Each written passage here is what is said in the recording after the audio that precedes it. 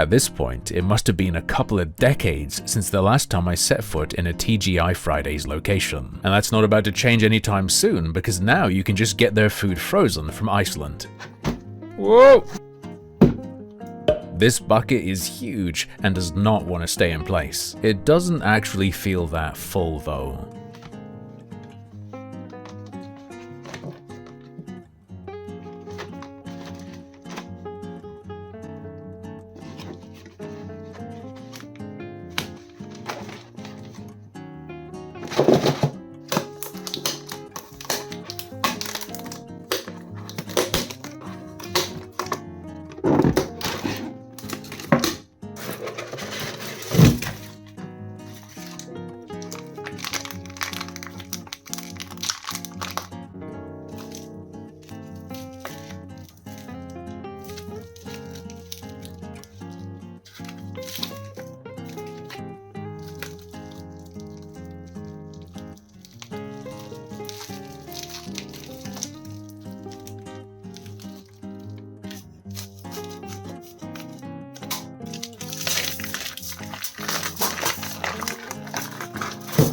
Good grief, that is not exactly appetizing. I think these are the wings.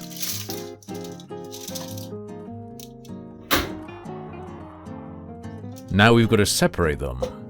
Next time I'd use the defrost instructions. Alright, back in for 10. That's looking better. Now it's saucing time.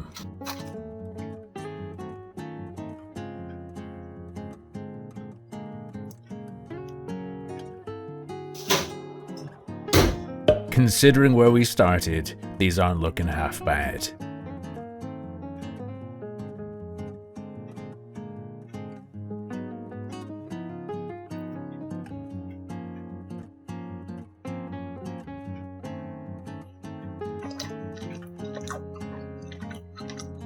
The chicken is rich and meaty in flavor, but it almost doesn't taste like chicken. It might just be the texture that's throwing me, because it's not dry, but it is fibrous, like dry chicken breast.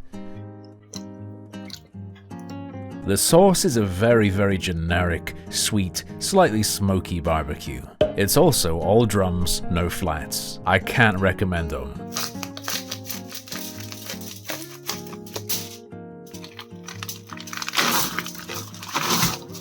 So this one's apparently a head crab from Half-Life, but with a few minutes in the oven it starts to look a bit more normal.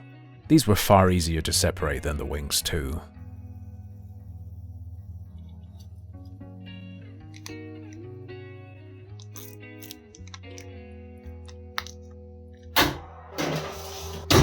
I couldn't find my silicone brushy thing to spread the sauce, so it's a bit uneven, but I think these look pretty good. Let's get a dirty one.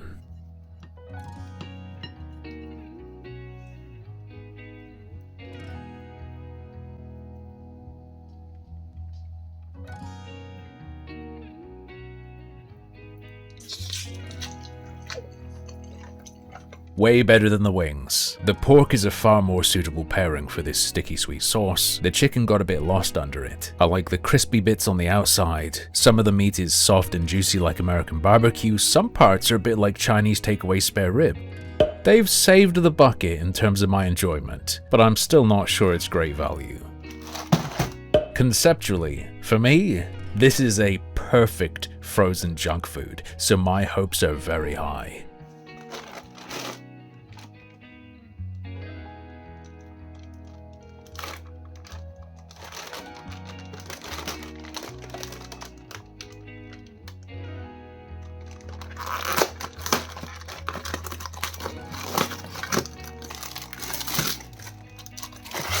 Oh, they're individually wrapped. Pretty convenient if a bit wasteful.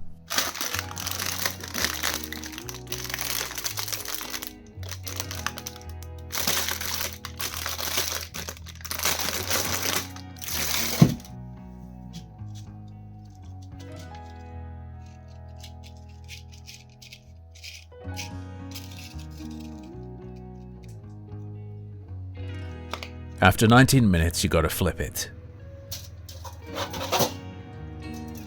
Still not that hot, so I can use my hands. That cheese is taking its time melting. Another 19 minutes and we're good to go. You ever have puffed or popped cheese? It looks like the cheddar's done that here.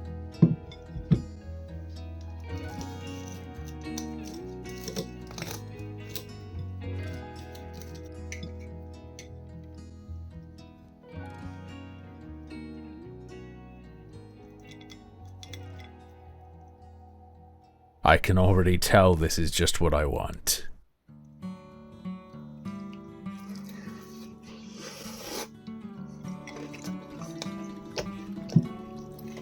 That is a winner. Hash brown is crunchy on the outside, soft on the inside. Cheese has a moderately strong cheddar hit, and the edge exposed to the air in the oven has gone crispy. You can tell there's a lot of onion powder in that sausage patty, and I like that. This is trashy, but in the best way possible.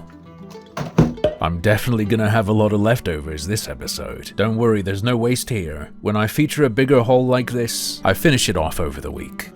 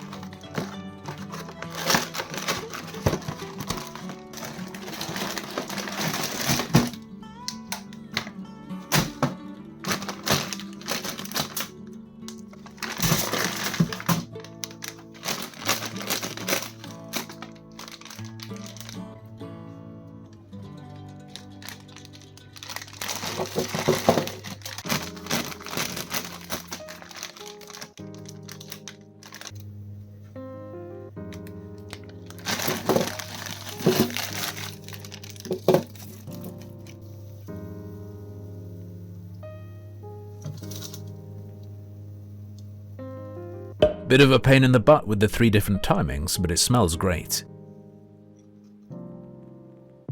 We gotta get that mozzarella pulled before it cools down. Ooh.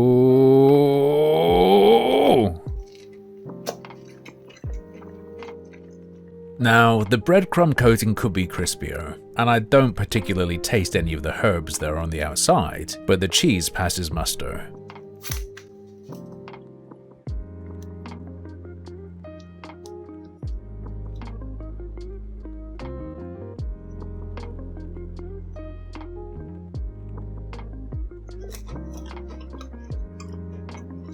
This sauce has a bit more character than the one that came with the wings and ribs. Not gonna knock your socks off, but there's an acidity to it, and you can clearly taste the honey. Does a good job of zhuzhing up an otherwise bland stick. I actually prefer chili cheese bites over full jalapeno poppers. When it's a full pepper, I always find the filling shoots out. Definitely crispy enough.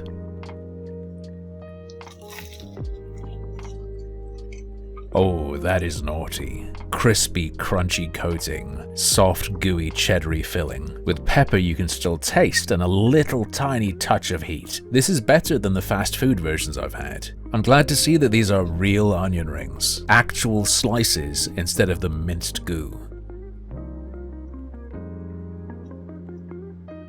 Feels good, smells good, looks good. Let's see if it tastes good. There is no substitute for fresh, and I've had some damn good onion rings. Shout out to Doug's Fish Fry in Skinny Atlas, New York. But for a frozen snack, there's nothing wrong with these. Beautifully crunchy, and the Cajun spices are doing a lot of work. Not gonna burn your mouth out, but there is a kick.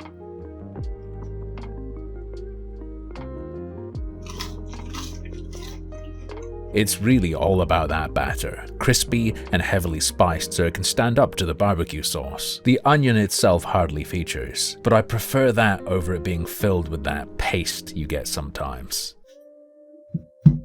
Alright, I need something to cool down my mouth a bit before we move on to dessert. Low in calories is a bold claim in the world of zero-calorie sodas.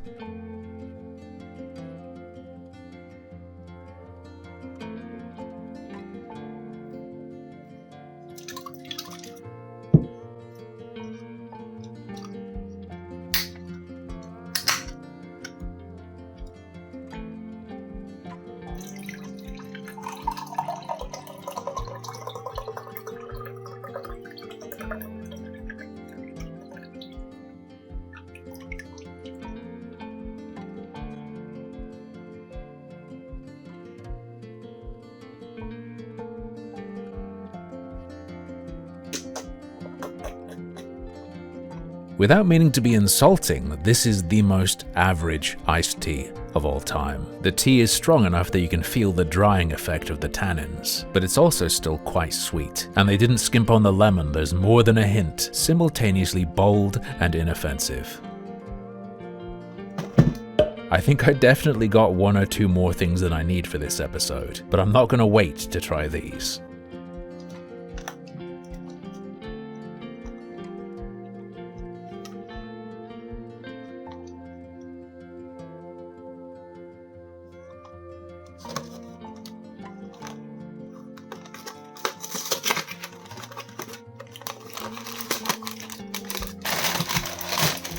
I absolutely adore the retro packaging.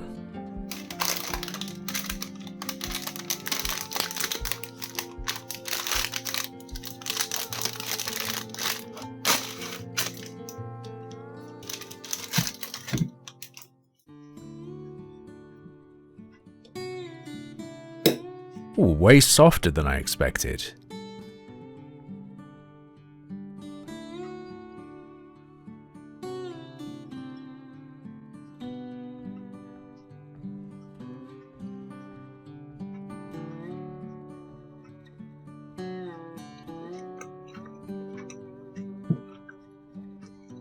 Despite its appearance, it's closer to cake than a cookie. It's a bit like eating cookie dough ice cream. It even has those little crunchy sugar crystals like Ben & Jerry's. The ice cream itself is very, very basic, not particularly creamy, but it is carried by the chocolate chips it's packed with. It's nice enough, but I don't think it beats a Maxibon. Well, that's all for this episode. Have you been to an actual TGI Fridays recently? How is it nowadays? Let me know in the comments, and don't forget to like and subscribe for more Super Yummy Munchie Cat.